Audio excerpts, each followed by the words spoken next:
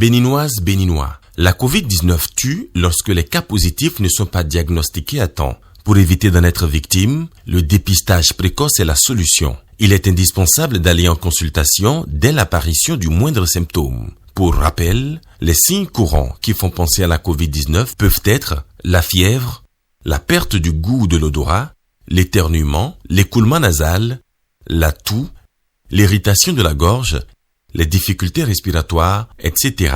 Dès l'apparition de l'un quelconque de ces signes ou de plusieurs à la fois, rendez-vous immédiatement dans l'un des centres de dépistage ouverts sur toute l'étendue du territoire national ou dans un centre de santé ou appelez le numéro vert 136. Pour tout savoir sur l'épidémie du coronavirus au Bénin, rendez-vous sur le site web www.gouv.bj/coronavirus. Ceci est un message du gouvernement de la République du Bénin. À la une de ce 13h, le projet Assurance pour le renforcement du capital humain. La ministre des Affaires sociales est allée s'assurer du bon déroulement de l'opération d'identification des bénéficiaires dans le Mono. Audience au ministère des Affaires étrangères et de la coopération. Le ministre a reçu le représentant résident de l'OMS. La coopération entre le Bénin et l'Organisation mondiale de la santé était au menu des échanges.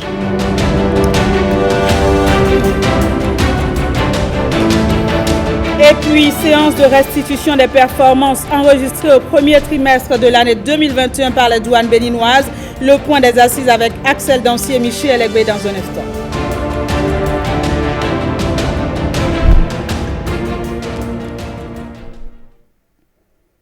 Bonjour à tous et bienvenue si vous nous rejoignez sur la chaîne nationale. Pour sa réélection, le président Patrice Talon a reçu les félicitations non seulement de plusieurs chefs d'État et de gouvernement, mais aussi d'autres institutions. Je vous propose de suivre la déclaration de quelques personnalités. Ce sont des extraits choisis par Marcel Arrossi. On regarde ensemble.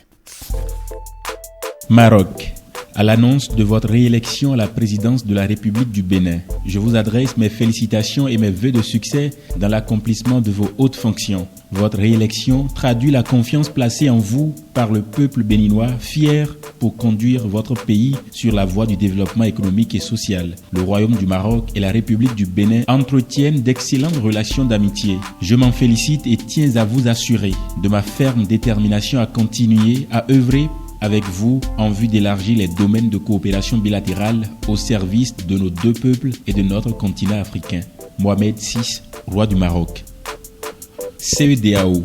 Suite à votre réélection à la magistrature suprême de la République du Bénin à l'issue du scrutin présidentiel du 11 avril 2021, j'ai l'honneur de vous adresser en mon nom propre, comme en celui de l'ensemble des chefs des institutions de la CEDEAO, nos chaleureuses félicitations. Je voudrais également vous exprimer mes vœux ardents de succès continu dans tous les domaines durant votre nouveau mandat pour le bien-être de vos concitoyens et le développement de votre pays. Je saisis enfin cette heureuse occasion pour saluer encore une fois la qualité des réformes que vous avez entreprises dans de nombreux domaines. À cet égard, je tiens à vous assurer que, comme par le passé, vous trouverez toujours auprès des institutions de notre communauté toute la collaboration nécessaire. Jean-Claude Cassibrou, président de la commission. Niger. Je tiens à vous adresser mes plus vives félicitations et à vous souhaiter plein succès dans la poursuite de votre mission. J'étends mes félicitations au peuple et aux institutions béninoises qui ont œuvré à la réussite de cette consultation, contribuant ainsi à l'approfondissement du processus démocratique dans notre sous-région. Je ne doute pas que ce nouveau mandat sera une opportunité supplémentaire que vous saurez saisir pour asseoir davantage la stabilité et le progrès de votre pays et contribuer, comme vous l'avez fait à travers votre engagement sur divers dossiers d'intérêt commun, à l'approfondissement du processus d'intégration sous-régionale. Mohamed Bazoum, président de la République du Niger. ASECNA. Excellence, Monsieur le Président, je suis convaincu que votre vision, votre engagement sur les chantiers du développement, votre expérience et vos capacités de leadership feront de votre nouveau mandat un succès éclatant au profit du Bénin, de la sous-région et de tout le continent africain. À ce titre, je me réjouis tout particulièrement de la perspective de pouvoir continuer, avec votre appui, à œuvrer au raffermissement des relations de coopération intégrée qu'entretiennent entre eux les États membres de notre agence communautaire. Je souhaite à cet égard pouvoir bénéficier à nouveau de votre soutien, de vos orientations avisées dans la mise en œuvre des importantes réformes que j'ai engagées pour améliorer la gouvernance et les performances opérationnelles de la SECNA aux fins de consolider son positionnement d'avant-garde en matière de sécurité aérienne sur le continent africain. Mohamed Moussa, directeur général de l'Agence pour la sécurité de la navigation aérienne en Afrique et à Madagascar.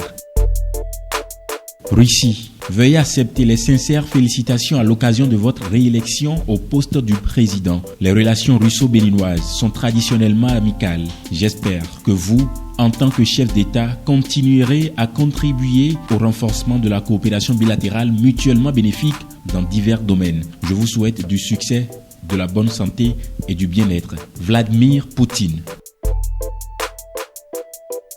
Cuba, je vous félicite cordialement et vous confirme notre volonté de continuer à développer des relations d'amitié et de coopération entre les deux pays. Je vous prie d'agréer, Monsieur le Président de la République, l'expression de ma très haute considération. Miguel Díaz-Canel Bermúdez, Président de la République de Cuba.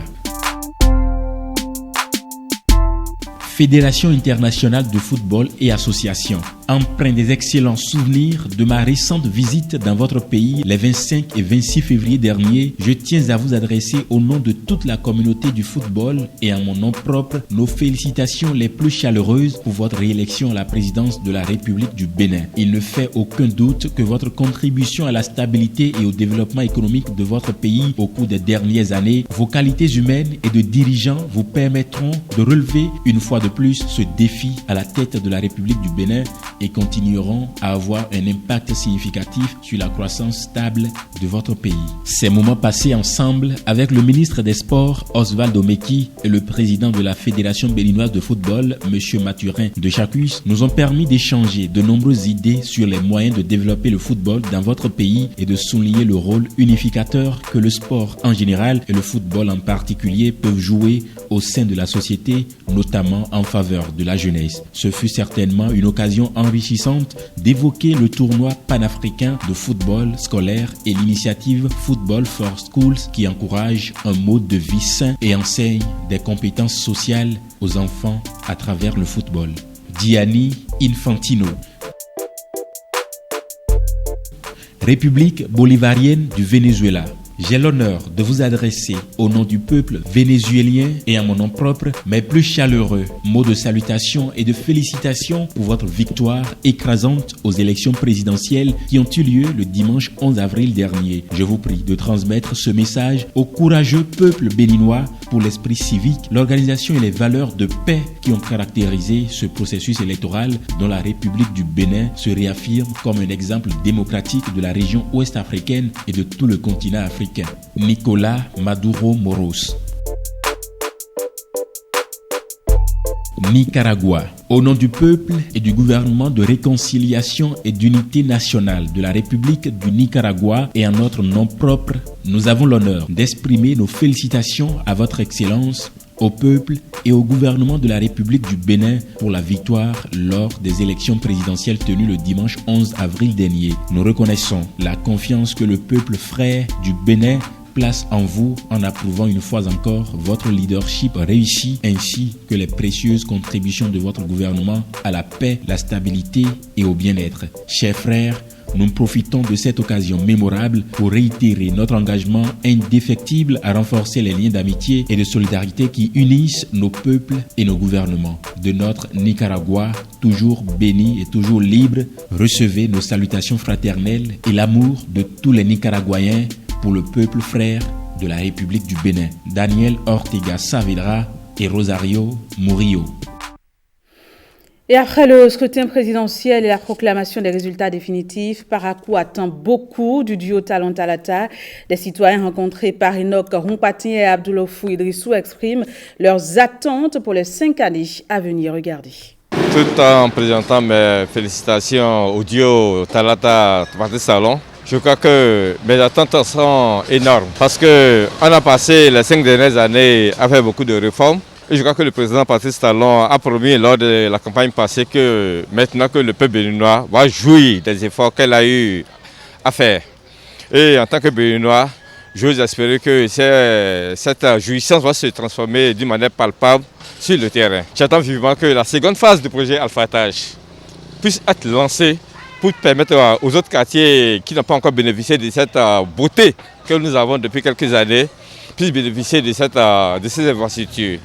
J'attends que la seconde phase de l'eau à Parakou, par exemple, qui a été lancée, puisse rapidement impacter le quotidien des populations pour que vraiment l'eau soit sentie dans les robinets, dans les maisons. J'attends que l'aéroport, par exemple, de Tourou soit, par exemple, fonctionnel au niveau national. J'attends que vraiment le président Patrice Talon fasse un effort pour soulager un tant soit peu nos fonctionnaires. Ce que j'attends de mon président Patrice Talon est que tout ce qui arrive au Bénin, je lui demande de patience. Il n'a qu'à encore doubler l'emploi aux jeunes et des femmes aussi, de multiplier encore problème de microfinance là. Dans le 2e arrondissement, on a problème des voies et de l'électricité. Surtout notre quartier, il y a un quartier qui s'appelle Bamora. Depuis 2006, que le quartier a été loti. Jusqu'à ce jour, le quartier n'a même pas l'électricité. Mais le ministre de l'eau a fait tout possible, il a amené l'eau. Et il reste de l'énergie.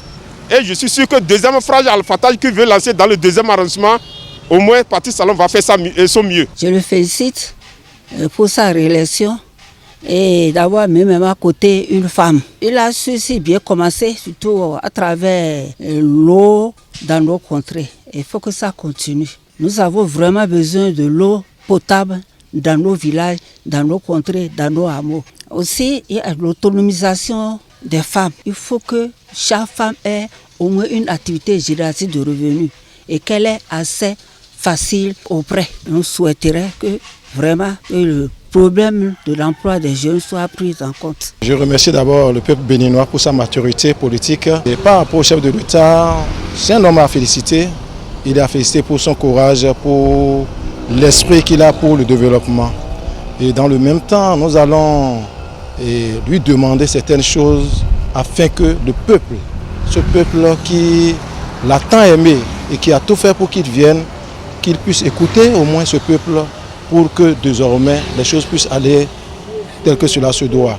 Ils ont dit ça y est, le développement, d'accord, on est d'accord. Et le chef de l'État doit tout faire pour réunir tous les Béninois afin que, la main dans la main, le pays puisse avancer. Il n'y a rien qui soit impossible. Lorsque nous le voulons, c'est qu'on doit pouvoir le faire. Pas avec la force, pas avec la violence. Je suis vraiment ravi que le président Patrice Talon revienne au pouvoir. La seule chose que moi je demande qu'il essaie de voir comment il va gérer pour que les plaintes ne soient pas beaucoup. Moi je suis ravi de son retour au pouvoir. On a eu l'eau, mais on veut encore plus. Surtout les emplois des jeunes, les microcrédits, plus. Les cantines au niveau de nos écoles, on a aussi apprécié ça et on veut encore plus s'il le faut. L'eau potable, il y en a partout. C'est vrai, on ne peut pas satisfaire tout le monde, mais avec la deuxième mandature, là, je crois que les problèmes vont se régler. Et il y a microfinance. Nous souhaitons que ce crédit-là nous revient à 100 000 ou 150 000 pour les femmes. On a vu ce qu'il a fait. Quand on commence quelque chose qu'on n'a pas terminé, on ne peut pas dire qu'il a tout fait. Il n'a qu'à terminer ce qu'il a fait et faire encore de plus. On lui demande de promouvoir les femmes, de placer les femmes dans les conditions, d'avoir confiance aux femmes. Parce que les femmes, eux, ne trahissent pas comme ça. On compte sur lui et on sait que quand il dit qu'il va faire, il le fait. Tout autre sujet à présent, après l'Assemblée nationale, la Cour constitutionnelle et la Haute Cour de justice, le nouveau président de la Cour suprême a rendu visite au président de la Haute Autorité de l'audiovisuel et de la communication. Il était question des relations entre les deux institutions. On écoute le président de la Cour suprême. Il est au micro de Awa Chérif et Bernard Djouri. Il y a seulement quelques semaines, j'ai pris fonction à la tête de la Cour suprême. En effet, il a pu, le président de la République, de m'appeler à cette fonction de président de la Cour suprême. Ayant pris fonction, il est de mon devoir de faire une visite de courtoisie au président des institutions républicaines, des institutions constitutionnelles de la République. Je crois que je suis en train de boucler la boucle ici, à la Haute Autorité de l'audiovisuel et de la communication. Donc je suis arrivé ici pour venir saluer le président Moretti, qui est un vieil ami, à qui j'ai fait mes civilités. Au-delà des civilités, nous avons échangé sur les relations possibles de travail, sur l'interaction des missions, aussi bien de la Cour suprême que de la HAC. Vous savez, ou vous ne le savez peut-être pas, la HAC et la Cour suprême ont des liens fonctionnels. La HAC est une institution de la République qui rend des décisions à caractère juridictionnel. Et ces décisions, lorsqu'elles viennent à être attaquées, c'est la Cour suprême qui statue à travers sa chambre administrative. Donc nous avons fait le point du contentieux que nous avons actuellement au niveau de notre cour qui concerne la HAC. Nous avons également saisi l'occasion pour discuter, échanger sur le déficit législatif qu'il y a au niveau de l'institution HAC. J'ai été particulièrement heureux de voir le président de la HAC lui-même soulever cette question. Et la Cour suprême lui a marqué sa disponibilité à accompagner la HAC dans sa volonté de renforcer sa capacité en matière de législation. Il y a beaucoup de choses à faire à ce niveau-là, nous en avons discuté. Nous sommes tous disposés à accompagner le processus qui est déjà enclenché ici, au niveau de la HAC, afin de renforcer les tests, afin de faire en sorte que le processus des progrès qui est en cours aujourd'hui, partout dans le monde, puisse être encadré au plan législatif.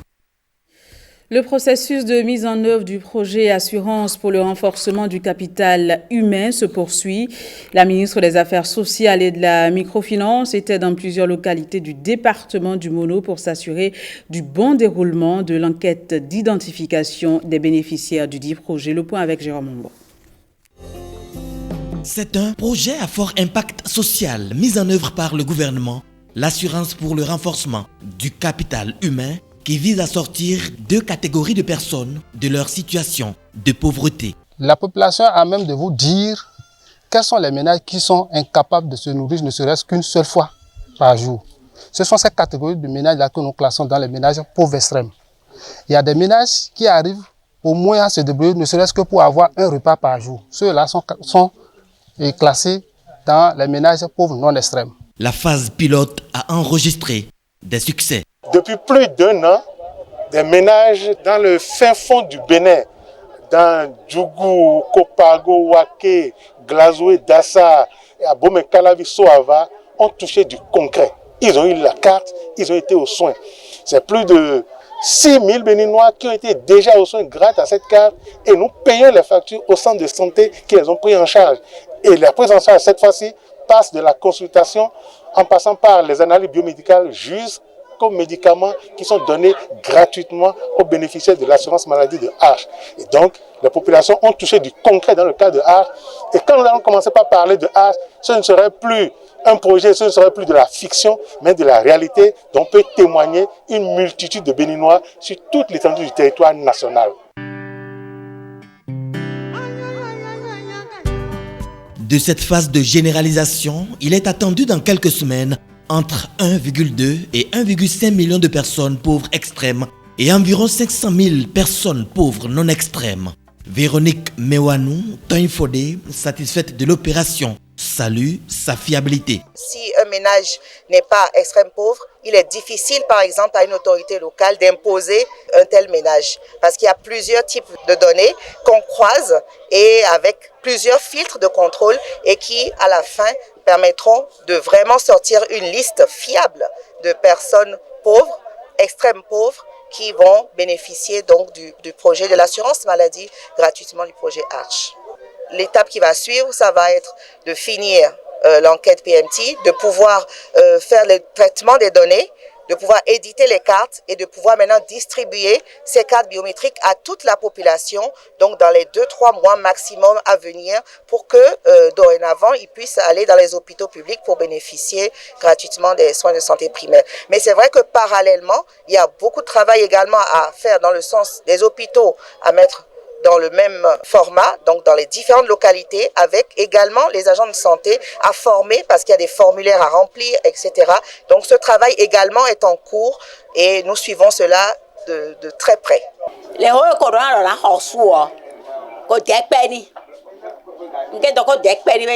Je remercie ce gouvernement parce qu'avant, des personnes sont arrivées et nous ont fait des promesses jamais tenues.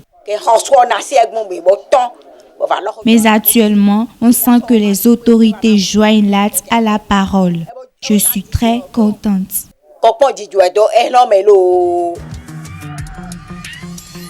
Distribuer la carte de ménage, la carte à tout faire pour soulager les populations. Sans tambour ni trompette, cette politique initiée il y a moins de 2 ans connaîtra sous peu l'aboutissement escompté.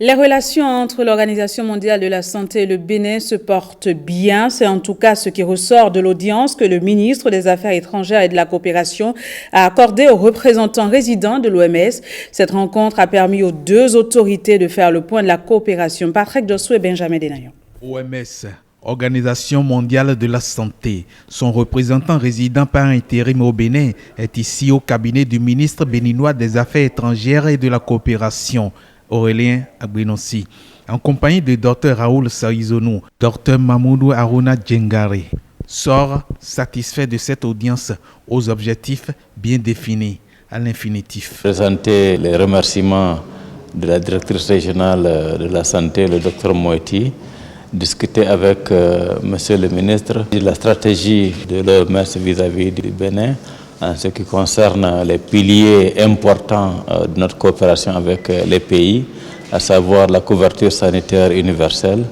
la lutte contre les urgences sanitaires et la sécurité sanitaire mondiale, ensuite la promotion de la santé. Le Covid s'inscrit dans ce cadre et bien d'autres priorités.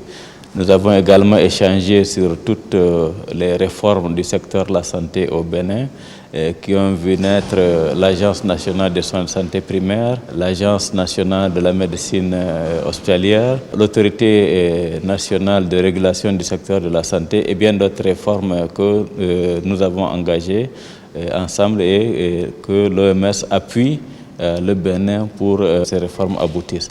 Le secteur de la santé est un volet important. Vous avez dans le cadre du programme d'action du gouvernement, c'est engagement des autorités nationales qui ont vu naître toutes ces réformes du secteur de la santé.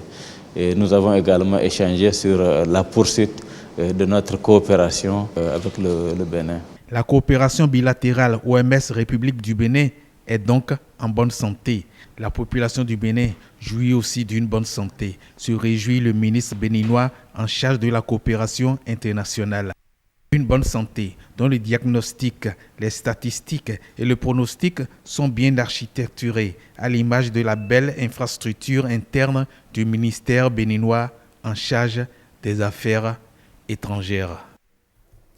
Venons à présent à cette séance de restitution des performances enregistrées au premier trimestre de l'année 2021 par les douanes béninoises. Une séance au cours de laquelle Web Fontaine a offert des équipements informatiques à l'administration douanière béninoise. Explication en images.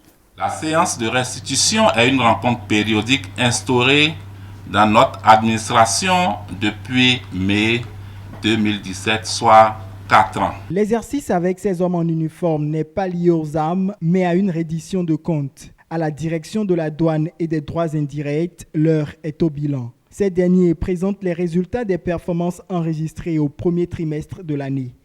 Grâce à ces réformes et à l'abnégation des agents des douanes et de nos partenaires, le cumul des recettes budgétaires à fin mars 2021 s'élève à 97,6 69 milliards de francs CFA pour une prévision cumulée de 98 milliards de francs CFA, soit un taux de réalisation de 99,25%. Dans un échange de bons procédés, Charles Inoussa Sakaboko affiche un leadership d'écoute et profite de l'occasion pour remotiver ses troupes. Je profite une fois encore pour remercier nos partenaires et je rappelle, en comparant ce résultat à celui de la même période de l'année 2020 qui s'élevait à 81 milliards, on note une augmentation des recettes de plus de 17 milliards 500 millions.